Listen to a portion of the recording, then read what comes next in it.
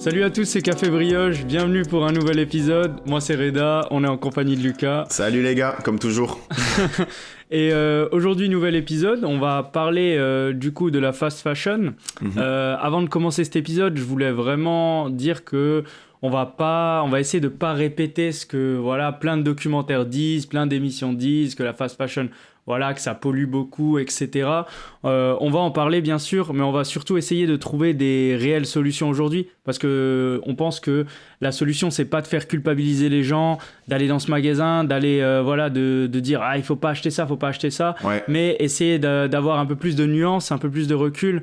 Donc on tenait parce que juste à dire forcément ça au c'est début. pas facile de pouvoir se permettre. Voilà, il y a un certain prix aussi à dépenser pour avoir des habits durables, on va dire. Donc ça on va voir ça en détail, mais ouais, c'est vraiment un thème super complexe parce qu'il y a tellement d'acteurs qui sont impliqués là-dedans. Donc il y a pas mal de... Ça va être une émission assez chargée, quoi. Ouais, exactement. En ce moment, on en parle beaucoup, tu vois. Tu as des marques comme Shine qui reviennent beaucoup sur le tas dans l'actualité.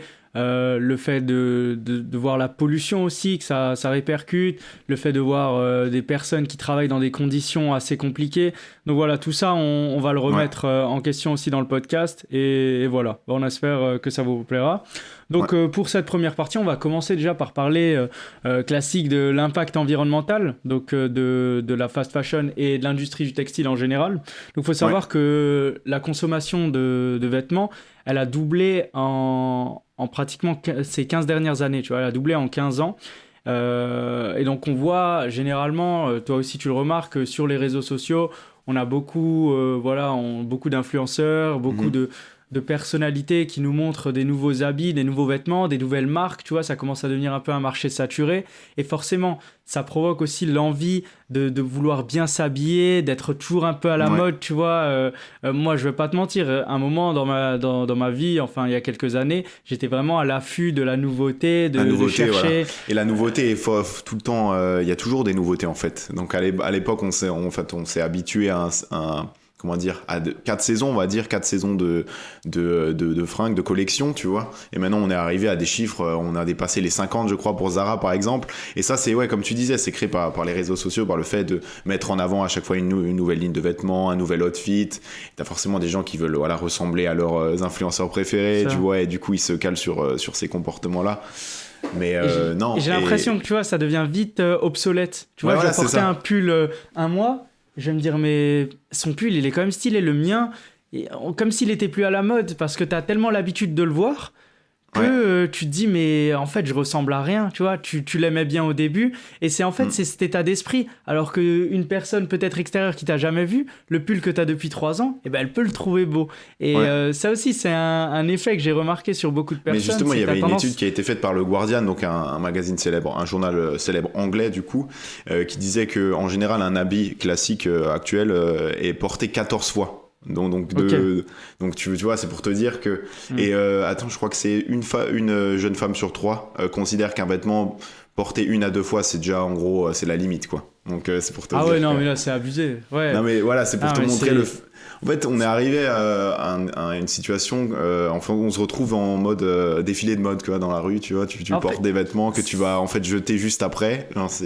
C'est ça, parce que tu as tendance à vite voir le vêtement comme terminé, tu vois, comme out. Comme si tu avais le nouvel iPhone 10 et t'as l'iPhone 16 qui sort le lendemain. Tu vois ce que je veux dire ? C'est un peu cette même mentalité, alors que... Toujours avoir quelque chose d'autre, C'est l'industrie et la société qui nous a habitués quelque part à ça, en sortant à chaque fois des nouvelles collections, alors que peut-être à l'époque, t'avais un bon jean, tu pouvais le garder 5-10 ans, et il était toujours là, tu le trouvais aussi beau, toujours aussi bon, et c'était aussi une autre qualité, parce que la fast fashion, c'est aussi une qualité un peu plus médiocre, tu vois, je veux pas dire voilà, non ça, plus. en fait, ça affecte la qualité, parce que comment tu veux proposer une nouvelle collection tous les 10 jours en ayant de la qualité ? C'est pas possible. T'as tellement d'acteurs. Des concessions, voilà, t'as tellement d'acteurs qui sont impliqués là-dedans, donc pour le design, pour la production qui est faite dans d'autres pays, les transports et tout ça, ça prend énormément de temps. Donc au bout d'un moment, il faut forcément faire des sacrifices, des fois humains, sociaux et tout, mais ça on verra, mais c'est vraiment un comportement. Moi, j'essaye de changer ma consommation justement à cause de ça, parce que quand je regarde des documentaires là-dessus, je me dis quand même, on fait quand même pas mal, on fait de la merde quand même, tu vois, au final. Du coup, pour un peu revenir, parce que là, on s'est un peu écarté, vraiment la partie environnement. Donc, il faut savoir que la pollution, 20% de la pollution mondiale de l'eau est liée au textile aujourd'hui. Donc, c'est quand même assez important. Ça consomme beaucoup d'eau, beaucoup de produits chimiques. Donc, pour mélanger le coton et fabriquer du synthétique. Polyester, par exemple, la matière la plus utilisée. Il y a aussi les teintures, tu vois, qui utilisent pas mal de produits. On a vu des documentaires en Inde qui montraient que les usines, les personnes n'étaient pas forcément protégées pour ces produits chimiques, de la teinture, et que les eaux polluées étaient rejetées dans des rivières. Donc forcément que ça impactait d'autres villes, d'autres villages. Ouais, les colorants. En fait, il faut savoir qu'en Inde, ils n'ont pas forcément les infrastructures, donc les endroits, les stations d'épuration qui peuvent filtrer cette eau-là. Donc l'eau est mal filtrée, elle est renvoyée dans les rivières, et après, je te laisse, Tout est répercuté sur la population, les maladies se développent, et même t'as pas trop parlé du coton, donc c'est le matériel le plus utilisé, on va dire, dans les vêtements. Donc un vêtement sur 2 à peu près est constitué de coton, et pour le coton il faut énormément d'eau et énormément de pesticides, et ces pesticides-là ils sont appliqués avec des gens qui n'ont pas forcément les outils tu vois, donc ils n'ont pas la protection, ils n'ont pas les gants, ils n'ont pas tout ça, quoi. Donc ils mettent en danger leur famille et voilà, tout ça, et ça provoque des maladies comme on l'a vu dans le documentaire. Les terrains sont pollués, tout ça, d'enfants qui commencent à avoir des problèmes au foie à partir de 9-10 ans. Donc ça c'est assez grave. Et donc ça montre que quand même l'industrie du textile aujourd'hui, elle a quand même des répercussions. Donc on le voit dans l'actualité, dans les conditions de travail des personnes et la pollution et l'environnement. Moi aussi, j'aimerais rappeler le cycle de vie en fait d'un vêtement usagé. En fait, ce qu'on ne sait pas, c'est que tu vois, quand on achète un vêtement, une fois qu'il est usagé, tu as souvent, tu as des genres de poubelles qu'on peut donner pour des genres de dons à des associations ou des ONG, tu vois. Il y a souvent ça dans des villes, tu peux donner des habits. Et en fait, il y a en moyenne des invendus usagés, il y a pratiquement une récolte de 245 000 tonnes par année, tu vois. Donc c'est vraiment énorme. Et en fait, il y a vraiment... il y a un problème, c'est qu'il y a trop de dons aux associations. Tellement il y a de vêtements, il y a trop de dons. Du coup, ces vêtements, ils sont vendus en grande partie aussi à des entreprises. Tu vois, les vêtements surplus aux associations, ils sont vendus à des entreprises. Et après, ils sont mis dans des ballots. Tu vois, des ballots, c'est comme un genre de conteneur pour habits d'1 tonne. Et après, ça va être négocié. Tu vois, le prix du ballot va être négocié. Et ce ballot, il contient souvent des invendus et des usagers. Et une fois qu'il va être négocié, le prix va être négocié par des entreprises privées, il y a 5% environ qui va être recyclé pour faire des matières, je ne sais pas quoi, synthétiques, etc. Et le reste, en fait, il va être envoyé dans des pays un peu en voie de développement. Donc, ça va être envoyé Bangladesh, dans Chine, des pays Inde. en Afrique, en Asie, même en Amérique du Sud. Et moi, le reportage que j'ai vu, c'était en Amérique du Sud, du coup, où qui avait plein de ballots qui arrivaient d'habits, donc invendus ou usagés. Et tu avais des collines, en fait, dans un désert. Ah oui. Au Chili, où tu voyais, il y avait énormément d'habits qui venaient d'Europe, qui venaient d'Amérique du Nord. Et des fois, c'est impressionnant parce que tu avais des habits qui n'étaient vraiment jamais utilisés, des jeans pratiquement neufs. Et ce qu'ils en faisaient, c'est que du coup, tu avais des personnes qui venaient en plein désert récupérer les habits, essayer de les vendre en ville. Et le reste, en fait, ce qu'ils faisaient, c'est que c'était vendu à des mafias pour qu'ils le brûlent. Et donc, en fait, c'est une conséquence aussi de toute cette consommation, c'est que tous les habits qui sont usagés, toute cette consommation, parce qu'on a beau avoir une armoire pleine, au final, franchement, tu mets peut-être 30%, 40% dans l'armoire. C'est ça. Et t'as certains vêtements, ça arrive à tout le monde, que tu portes peut-être une fois et qui te plaisent pas forcément, et que tu vas laisser au fin fond de ton armoire sans utilisation, alors que tu pourrais... je sais pas, les donner ou les vendre. Il y a des plateformes maintenant, Vinted, des choses comme ça, tu vois. C'est déjà un peu mieux, quoi, si on veut parler de solutions. C'est ça, et t'as ce réflexe des fois pour certaines personnes de dire je l'ai que payé 5, 10 euros. Au pire, si je le mets 2 fois, c'est pas grave. Tu vois, c'est aussi une mentalité. Mais du coup, pour revenir au sujet, donc les habits sont mis dans le désert, sont brûlés. Et donc, en fait, c'est là où on remarque que toute cette conséquence, tous ces habits achetés, au final, ils sont forcément renvoyés quelque part. Tu vois, c'est pas forcément du don aux associations. Au final, ils finissent brûlés tellement il y a des habits, quoi. On n'est pas capable de tout récupérer. Ils sont souvent, comme on disait, c'est beaucoup de matières synthétiques, donc impossible à recycler. Donc, qu'est-ce que tu fais avec des vêtements qui sont impossibles à recycler au final ? Faut bien les envoyer quelque part, et malheureusement, ça fait les frais de pays comme ça qui ont rien demandé au final, tu vois. C'est ça. Maintenant, voir, est-ce que maintenant il y a des solutions, tu vois, à cette fast fashion, comme on a dit, ça a beaucoup de répercussions sur des pays émergents, sur la pollution, sur l'environnement. Et est-ce qu'aujourd'hui, tu vois, on est capable de changer les mentalités? Alors, tu en as beaucoup qui disent, oui, tu vois, tu as beaucoup de marques qui viennent, oui, on fait du vêtement, du coton bio, on essaye de limiter, tu vois, notre transport, de partir peut-être juste du producteur de coton jusqu'en France, essayer de faire du made in France. Donc déjà, ça limite, tu vois, c'est déjà pas mal, au lieu de faire un circuit Afrique, Asie, Europe. Mais est-ce que c'est suffisant, tu vois? Parce qu'en gros, juste pour revenir sur le circuit classique, c'est 65 000 km, donc la production d'un jean classique, donc entre les différents acteurs, entre l'Afrique, l'Inde, la Turquie et ensuite l'Europe, plateforme de vente, quoi. Donc voilà, donc ça pollue énormément. On oublie souvent, enfin on pense souvent à la production et pas forcément au transport, mais à l'aspect transport, c'est le même problème, tu vois, c'est la même problématique en vrai en termes de pollution. Le transport, c'est 10% de la pollution mondiale, hein, pour préciser. Ouais, ça, voilà, c'est énorme. Donc tu regardes le textile, ça représente quand même une grande partie du transport dans le monde. Ouais. Et ce que je voulais dire, du coup, c'est que aujourd'hui, tu vois, on essaye de chercher des solutions et je trouve, tu vois, personnellement, que avec toutes ces émissions sur la fast fashion, ces documentaires et tout, on a beaucoup tendance à faire culpabiliser le consommateur. Tu vois, toi et moi, si on va acheter dans des magasins comme où on a acheté dans des magasins comme, je sais pas, Zara, Uniqlo, H&M, on va te mettre une émission dessus et on va te dire regarde où t'as acheté et regarde les conséquences que ça a. Oui, voilà, c'est ça. Mais maintenant, il y a aussi de la nuance. C'est pas bien, certes, mais il y a aussi de la nuance, c'est que tout le monde n'a pas les moyens d'acheter des habits forcément bio, d'acheter des habits forcément respectables de l'environnement, parce que ça a un coût, et aujourd'hui, je veux dire, le coût de l'habit, il est quand même assez conséquent. Et je pense que la solution, elle est pas forcément d'aller consommer dans ces magasins, mais plutôt déjà de limiter notre consommation, tu vois, déjà d'arrêter de vouloir toujours être à la mode. Je pense que déjà c'est une grande partie, tu vois. Mais est-ce que tu crois, j'avais déjà une question pour ces grandes marques, est-ce que tu crois en leur message un peu, parce qu'ils utilisent le greenwashing, donc ils vont dire en gros ils vont utiliser des termes un peu écologiques, ils vont dire que voilà, ils sont responsables, qu'ils produisent des produits qui vont être recyclables pour le futur, du coton bio par exemple. Est-ce que tu crois en ces messages des grandes marques comme Zara, comme Uniqlo, comme des... En fait, t'as pas mal donc il y a beaucoup de marques donc, qui essayent, tu vois, d'améliorer ça, tu vois, faut le dire, hein, il y a pas que du mal. Oui, voilà, justement, je pense qu'ils essayent vraiment de faire des actions responsables. Il y a des efforts. Il y a des efforts. Maintenant, ça vient petit à petit. Tu vois, on peut pas passer du noir au blanc tout de suite. Mais il y a des efforts qui sont mis en place. Maintenant, il faut aussi faire attention, comme tu dis, au greenwashing. Parce que le greenwashing, aujourd'hui, pour les gens qui ne savent pas, c'est un peu essayer de faire croire que... D'embellir une marque. D'embellir une marque par des actions environnementales qui ne sont pas réellement utiles pour l'environnement. On va te parler de recyclage, d'environnement, on va te mettre des belles affiches vertes, des feuilles vertes, et toi, tu vas croire que t'as fait une action pour la planète. J'ai remarqué que souvent, quand c'est trop mis en avant, tu vois, via des posts, via des communications et tout ça, il faut toujours avoir un doute, en fait. Quand tu mets trop en avant l'aspect écologique de ta production et tout ça, c'est que tu as quelque chose à te reprocher derrière. Ça, je me suis rendu compte de ça, tu vois. Parce que les marques qui prennent vraiment des actions, c'est souvent des petites structures, malheureusement, parce qu'ils trouvent pas, faut aussi le dire, ils trouvent pas une grande clientèle, ces producteurs-là.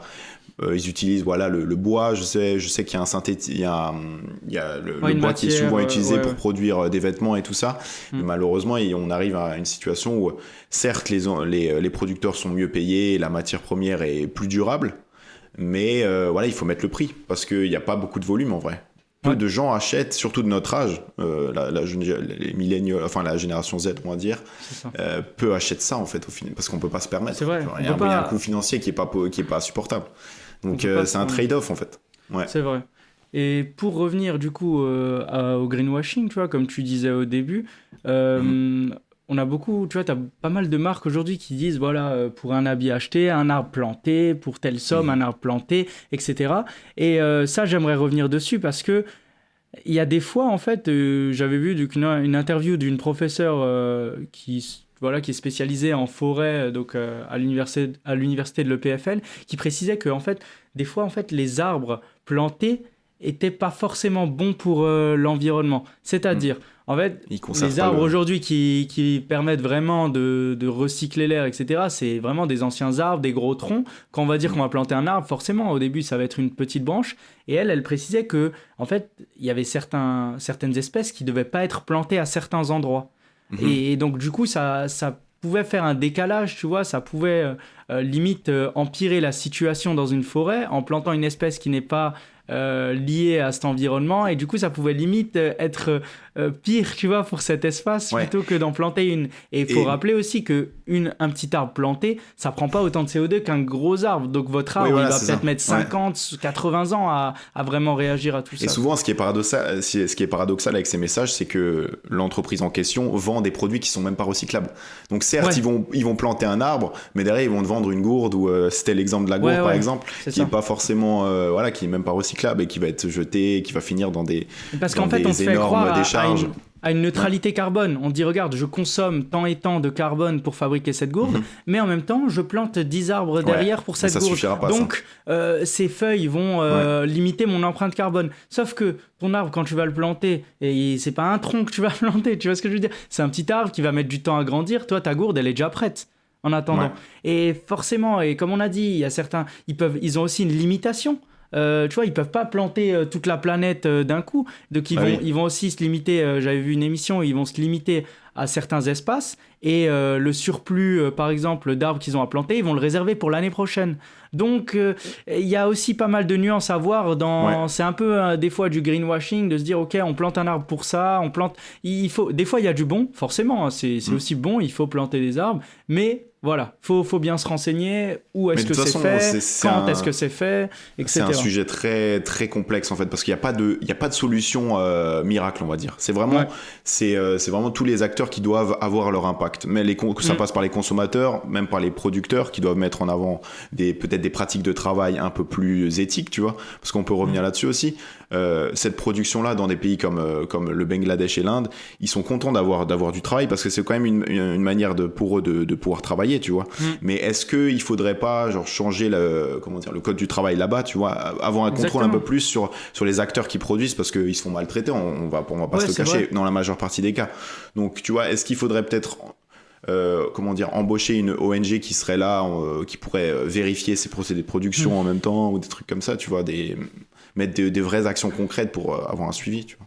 C'est vrai, ça je suis d'accord avec toi, et justement je voulais réagir à ça parce qu'il y avait un article de la RTS qui expliquait par exemple sur un pull d'une grande enseigne qu'en rajoutant par exemple 4 € au pull, eh ben, tu pouvais faire vivre correctement l'ouvrier, payer correctement le producteur, payer correctement le coton, et tout ça c'était juste pour 4 € de plus au pull. Donc 4 € de plus, certes ça te rend un pull plus cher, mais si tu rajoutes 4 € au pull et qu'on sait que tout le monde est bien dans cette chaîne, et que, je sais pas, le recyclage est respecté, que la personne est bien payée, tu vois, en accord, bien sûr, avec son pays et son niveau de vie, bah, tu vois, pourquoi pas. Donc ça peut être une des solutions.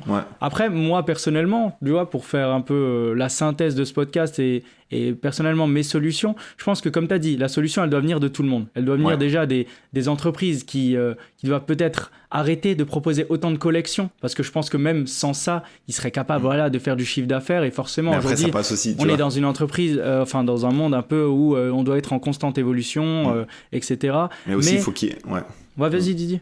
Ouais, juste pour te couper, faut qu'il y ait en fait une prise de conscience aussi des influenceurs qui vont mettre en avant des produits toutes les semaines, tu vois, parce que si on change pas ces comportements, notre système capitaliste, il va faire que les entreprises vont suivre et vont essayer de produire en un minimum de temps pour qu'on puisse acheter, parce que à la base, voilà, l'idée d'un business, c'est de faire du profit, tu vois. Donc c'est aussi à nous comme je disais, de changer nos comportements. Et ça désavantage plein de personnes, tu vois. T'as souvent des petits créateurs qui vont créer des petites collections qui vont être recopiées à moitié par des grandes enseignes et qui vont sortir la collection en 10 jours. Donc voilà, ça provoque aussi pas mal de désavantages. Et donc, comme tu as dit, donc il y a le rôle des influenceurs, tu vois, ne pas mettre en promotion forcément toujours des habits, des choses nouvelles à acheter. Tu vois, essayer plutôt de prôner, de dire ok, vous en avez, vous achetez des habits, gardez-les, tu vois, ils sont très bien vos habits. Il faut nuancer, il y a des personnes qui rêveraient d'avoir toute votre garde-robe, etc. Et plutôt voir que tu as des habits en bon état, tu es bien habillé. Rien ne t'empêche de faire un achat, quelques achats dans l'année, mais peut-être éviter de faire des achats toutes les semaines, tu vois. Ou aller si dans tout le une monde, friperie ou faire un peu de du second voilà. hand, Déjà, si tout le monde arrivait un peu à réduire sa consommation, si tout le monde le faisait, on aurait déjà un impact, tu vois, à une grande échelle qui serait déjà pas mal. Après, comme tu as dit, donc tu as la seconde main. Moi, je trouve que c'est aujourd'hui une des meilleures solutions. Donc attention, hein, parce qu'il y a des friperies, c'est des arnaqueurs. Oui, voilà, ils en profitent pour booster le prix parce que c'est vintage. Ouais, ça faut le dire aussi. La friperie, il prend des habits vintage, il te les met à 60 €. Euros, Fait, faut arrêter. Ouais, c'est devenu la mode, du coup, ils en profitent. Mais oui, non, c'est bouge de là. Non, sérieux. Non, faut arrêter. Non, pour moi, la meilleure friperie, c'est Vinted. La meilleure friperie, Vinted, franchement, c'est... Et pourtant, elle est souvent critiquée aussi par les acteurs dans le domaine. C'est critiqué parce que des fois, t'as pas les habits à ta taille, t'as le vendeur qui va pas te livrer au bon moment. C'est l'empreinte digitale, la pollution digitale et tout ça des plateformes, le transport et tout ça. Il y a des arguments, mais bon, après, ça reste une meilleure alternative qu'acheter toutes les semaines chez Zara. Quoi. Bien sûr, et déjà, c'est une meilleure alternative parce que, regarde, quand tu achètes chez Vinted, ton habit, il est déjà produit. Donc, quelque part, tu vas l'acheter à une personne.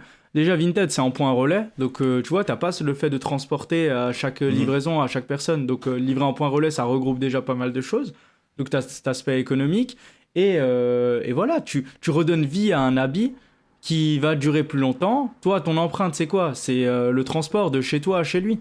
Il n'y a pas eu de production derrière. Donc pour moi, Vinted, c'est déjà une vraie solution. Et moi, au début, tu vois, j'étais un peu réticent. Il y a quelques années, Vinted, porter les habits que quelqu'un a déjà portés. Mais au final, tu vois, j'ai commencé, j'ai essayé. Et aujourd'hui, j'ai pas mal de vêtements qui viennent de Vinted. Et j'en suis très content, tu vois. Une veste qui coûtait par exemple 300 €, je l'ai eu à 90 €, tu vois, sur Vinted.